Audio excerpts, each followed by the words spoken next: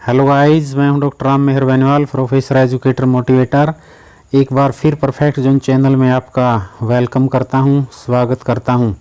तो dear students, आज के इस वीडियो सेशन में हम किचन से रिलेटेड कुछ वर्ब्स को डिटेल में पढ़ेंगे। तो पहले वाली वीडियो में मैंने किचन से रिलेटेड 5 वर्ब्स के बारे में आपको बताया था और आपको बोलना सिखाया था। उन वर्ब्स के यूज़ हमने करके देखे थे। तो आज मैं किचन से रिलेटेड 6 वर्ब्स आपके लिए लेकर आया हूं, जो हम डेली 2-3 बार यूज़ करते हैं, बोलते हैं।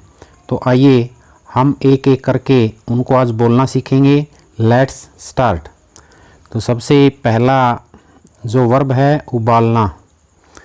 तो उबालना, चाहे सब्जी को उबालना हो, चाहे आलू को उबालना हो, चाहे शकरकंद को उबालना हो, हम हर रोज़ पता नहीं कितनी बार उबालना वर्ब का इस्तेमाल करते हैं। तो इसको इंग्लिश में हम क्या कहते हैं?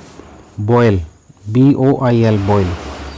जैसे शकरकंद उबाल लो, आलू उबाल लो, सब्जियां उबाल लो। तो उसको इंग्लिश में कैसे बोलेंगे? Boil the sweet potatoes, boil the sweet potatoes. तो शकरकंद को हम स्वीट पोटैटोज़ बोलते हैं। आलू उबाल लो, तो इसमें स्वीट हटा देंगे, बॉयल द पोटैटोज़। सब्जियां उबाल लो, बॉयल द वेजिटेबल्स। इसे उबलने तक पका लो। तो डियर स्टूडेंट्स, इसमें हमने 2 वर्ब का इस्तेमाल किया है, जैसे उबालना और पकाना। तो दोनों वर्ब को हम यूज़ करके देखेंगे। इसे उबलने तक पका लो, cook it till boiling, cook it till boiling, यानी इसे उबलने तक पका लो। तो बॉइलिंग का मतलब है उबालना, कुक का मतलब है पकाना। नेक्स्ट वर्ब धीमी आंच पर उबालना। तो जब हम किसी चीज़ को धीमी धीमी आंच पे उबालते हैं तो उसको हम सीमर कहते हैं, सीमर, SIMMAR, सीमर। जैसे उसने दूध धीमी आंच पर उबाला। जैसे दूध को हम धीमी धीमी आंच पे उबालते हैं और उसका जैसे कंडेंस होने तक उसको उबालते हैं, उसको गाढ़ा होने तक उबालते हैं। उसके बाद उससे तरह तरह की मिठाइयाँ बनाई जाती हैं। तो उसने दूध धीमी आंच पर उबाला। तो उसने सी की जगह हम ही का भी इस्तेमाल कर सकते हैं, क्योंकि उबालने वाला तो कोई भी हो सकता है। ही सी सीमर्ड द मिल्क, सी सीमर्ड द मिल्क। तो यहाँ सीमर की हमने दूसरी फॉर्म यूज़ की है, ED लगाकर। उसने दूध को उबाला। जैसे नेक्स्ट सेंटेंस है, पालक को धीमी आंच पर उबाल लो या उबालो। यहाँ पे उबाल की जगह पे उबालो। पालक को धीमी आंच पर उबाल लो या उबालो। तो इसको कैसे बोलेंगे इंग्लिश में? Simmer the spinach, simmer the spinach. या सब्जियों को धीमी आंच पर उबाल लो, simmer the vegetables, simmer the vegetables.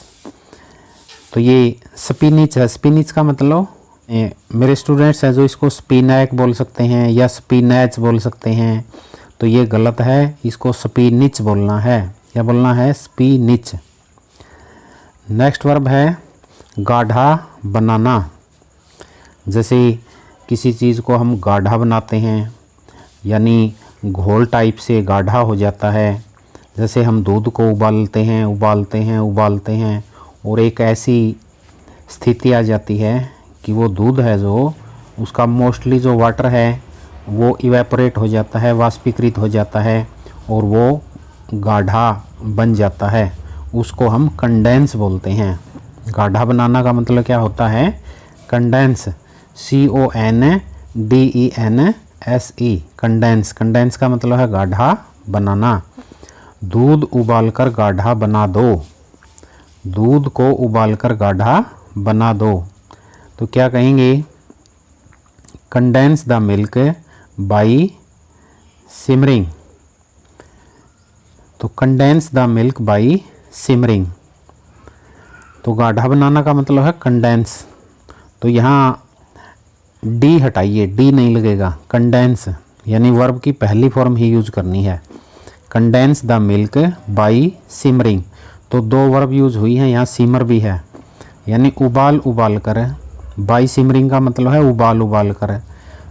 दूध को कंडेंस कर दीजिए, गाढ़ा बना दीजिए। जैसे नेक्स्ट यूज है मैं गाढ़ा दूध पीता हूँ, मैं गाढ़ा दूध पीता हूँ। I take condensed milk. तो यहाँ पे कंडेंस्ड सही है, आई टेक कंडेंस्ड मिल्क, मैं गाढ़ा दूध पीता हूँ। तो पीना का यहाँ टेक लगेगा, टेक। नेक्स्ट वर्ब है निचोड़ना, निचोड़ना।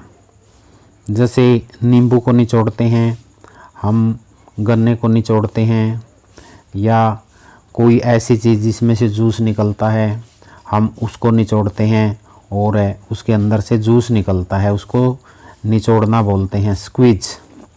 SQUEEZE, squeeze. तो स्क्वीज का मतलब है निचोड़ना। जैसे नींबू निचोड़ दो, नींबू निचोड़ दो। Squeeze the lemon, squeeze the lemon. उसने गन्ना निचोड़ दिया है, उसने गन्ना निचोड़ दिया है। तो यहाँ पे ही हैज़ या ही की जगह पे सी का इस्तेमाल कर सकते हैं, क्योंकि यहाँ पे मेल फीमेल का कोई जिक्र नहीं है। तो he has squeezed the sugar cane, he has squeezed the sugar cane. कि उसने शुगर कैन का मतलब है गन्ना स्क्वीज कर दिया है, गन्ना निचोड़ दिया है। तो dear students, if you are enjoying this video, then like and share the video and subscribe the channel. It is my motivation, it is my support. तो ये निचोड़ना वर्ब से रिलेटेड 2 सेंटेंसेस हमने स्क्वीज का यूज करके देखा। Next verb है तलना। अब देखिए तलना 2 प्रकार का होता है। एक तो किसी चीज़ को हम ज़्यादा तेल में या ज़्यादा घी में तलते हैं, जिससे वो चीज़ उस घी के अंदर या तेल के अंदर पूरी तरह से डूब जाती है, तो उसको तो अधिक तेल में तलना कहते हैं। उसको इंग्लिश में बोलते हैं डीप फ्राई। उसको क्या बोलते हैं? Deep fry. डीप फ्राई यानी जब कोई चीज़ मान लो तेल में डूब जाती है और उसको तला जाता है तो उसको हम डीप फ्राई बोलते हैं। जैसे पकोड़ों को तल दो, पकोड़ों को तल दो। जैसे पकोड़े, समोसे यानी ज़्यादा तेल के अंदर तले जाते हैं। आपने देखा होगा कि वो तेल की कढ़ाई में पूरी तरह से डूब जाते हैं, तो उनको अधिक तेल में तलना कहते हैं। पकोड़ों को तल दो या पकोड़ों को तल लो तो क्या बोलेंगे? Deep fry the pakoras, deep fry the pakoras.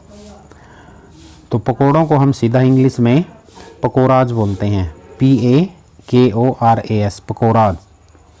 मैंने पकोड़े तल दिए हैं, मैंने पकोड़ों को तल दिया है, ऐसे भी बोल सकते हैं। या मैंने पकोड़े तल दिए हैं, I have deep fried the pakoras. तो I have deep fried the pakoras. तो यहाँ पे डी की जगह पे आर का इस्तेमाल करना है, तो यहाँ पे ये मिसप्रिंट हुआ है, PAKORAS, pakoras. I have deep fried the pakoras. Next verb है तलना। फिर तलना है तो कम तेल में तलना। एक तो ज़्यादा तेल में तलना जिसमें कोई चीज़ डूब जाती है, और एक होता है कम तेल में तलना। जैसे हम परोठे को कम घी में तलते हैं, थोड़ा थोड़ा घी लगाया जाता है, पूरी तरह से उसको डुबोते नहीं। या आमलेट को देखा होगा आपने बनते हुए, तो उसमें भी तेल या घी है जो वो थोड़ा थोड़ा स्प्रेड किया जाता है, थोड़ा थोड़ा डाला जाता है, उसको डुबोते नहीं हैं पूरी तरह से। तो कम तेल में तलना। तो डियर स्टूडेंट्स, आपकी नॉलेज के लिए यानी ये 2 वर्ब मैं ऐसे लेके आया हूँ। जैसे बॉयल मैंने उबलना, ये होता है तेज़ आंच पे उबलना, और सिमर होता है धीमी धीमी आंच पे उबालना। और एक है तलना। तलना भी 2 प्रकार का है, एक तो डीप फ्राई यानी ज़्यादा तेल या घी में तलना जिसमें कोई चीज़ डूब जाती है। एक है कम तेल में तलना जिसमें कोई चीज़ डूबती नहीं बल्कि थोड़ा थोड़ा घी या तेल लगाकर उसको सेका जाता है, उसको पकाया जाता है। तो इसको हम बोलते हैं सैलो फ्राई। क्या बोलते हैं? Cello fry. तो सैलो का मतलब कम गहरा होता है, डीप मैंने गहरा। तो कई बार इंग्लिश में डीप का जो एंटोनिम्स है वो सैलो होता है। सैलो का एंटोनिम्स डीप होता है। सैलो का एंटोनिम्स है डीप। तो कृपया पराठे को तल लीजिए। तो पराठे को इंग्लिश में PARATHAS बोलते हैं, पराठाज। तो परांठाज भी बोल सकते हैं, PARAN, परांठाज, एन भी लगा सकते हैं और सीधा पराठाज भी बोल सकते हैं। आमलेट तल लो, आमलेट तल लो। तो इसको क्या बोलेंगे? Shallow fry the omelette, shallow fry the omelette. Spelling क्या होगी? OMELETTE, omelette. तो dear students, it is enough for today. I hope you will have enjoyed this video. See you soon with my next video about some other verbs related to kitchen. Till then, bye bye. Thanks for watching. Have a nice day.